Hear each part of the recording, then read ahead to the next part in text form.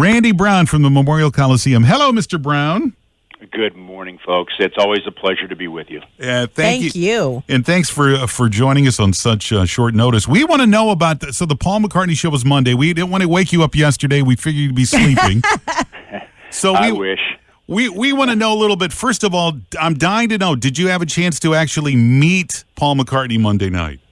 Passed a few times in the hall, but to say having a meeting or a chat, no, didn't have a chance to do that because he flew in late in the afternoon. We actually had to arrange an escort from the airport and then right on stage for sound check. It was by the time we got to the time period between 4 and 5, things were happening fast and furious. Okay, well, so he didn't stay closer, here. Yeah, you got closer than more people got. Most people get. That's awesome. So, but I'll tell you, it was an amazing day. And you think about the process. I mean, we started this 10 months ago, and frankly, it was pretty much a sleepless 10-month time period because this is the biggest show we've ever put in the building. There were certain elements of the show. I mean, we were within, honest to goodness, 6 inches of the stage not fitting. So, thinking about having the stage fit, having the power demands, just the power demands in the dressing room. I mean, having to have 10, 12 circuits, 20-amp circuits in each room. And I'll tell you, our Coliseum team, our operations group, everybody just over the top. I was thinking about the fire crew that had to be on standby with those pyrotechnics. More pyro than what we do with Trans-Siberian Orchestra. Wow. And Dan Newport, who does our fire watch, I mean, Dan was right on top of it. I mean, it's when you have that much, and anyone who's at the show knows the intro of the song, what I'm talking about, but it was pretty amazing to see. Combination of flames and sparklers and just a lot of pyrotechnics. Yeah, we're talking about the beginning of Live and Let Die. Right. That's right. Yep, absolutely. Spectacular. So we're talking to Randy Brown from the Coliseum, kind of a recap of what happened behind the scenes on Monday night. And so you got him a cake, huh? A vegan cake? Yeah, it was an idea that our marketing department had, and honestly, I was a little skeptical. It's like, if he's not going to even see it, why are we doing it? But decided, let's take a chance. Let's go ahead, because we had some of the message on the cake was sold-out show, house record. It was our largest gross ticket sales in the history of the building. Not surprising. But it was a two-tiered. It had the motif of the British flag, and a picture of Paul on top had guitar picks, some other things. That when I delivered it to the AEG office, they looked at it and it was like, oh, this is special. We got to show Barry. Barry is Barry Marshall with martial arts, and Barry saw it and he said, "This is going in Paul's dressing room." Oh, so they put it in there. Well, and by reports, not just put it in, but he nibbled on the cake during the evening. And nice. As traditional goes with the show, the stagehands finished it off. Right. But the other thing that we did, and I really have to thank the county commissioners, but back when we did the on sale, the commissioners did a proclamation naming Monday, June 3rd, as Paul McCartney Day in Allen County.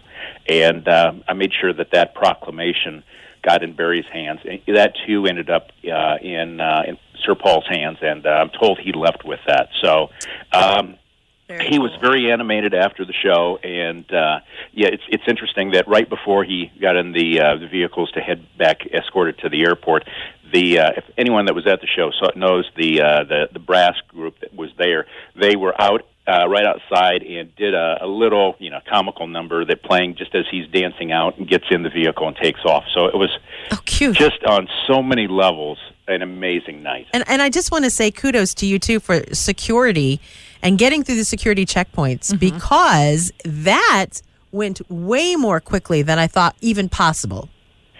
We were giving counts, and with electronic ticketing, with scanning, we know exactly to the person at what time how many people we have in the building. We were giving Barry counts like every 3 minutes. Ticket office had somebody designated to email that. And that ultimately, those counts and a formula they use determine when the show starts. And Paul wants to start right on time or shortly thereafter. And it's starts with a video that ultimately leads to the opening of the show. And once they push the button and start that, there's no stopping.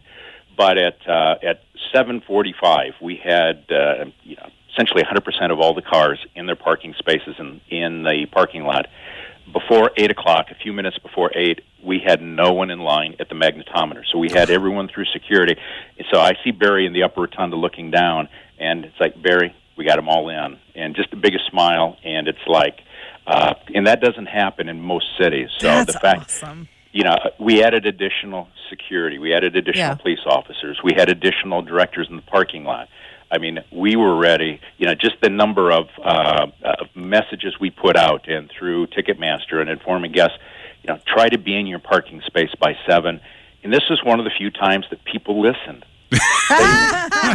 Well, and this will bode well for future shows then. Yeah, of what's the course. deal with because we had this and it went so well, what does that say about the next huge show for Fort Wayne? Well, and I'm happy to say we have some announcements coming in the next couple weeks. So you're going to hear some, maybe not at quite the same scale, but big.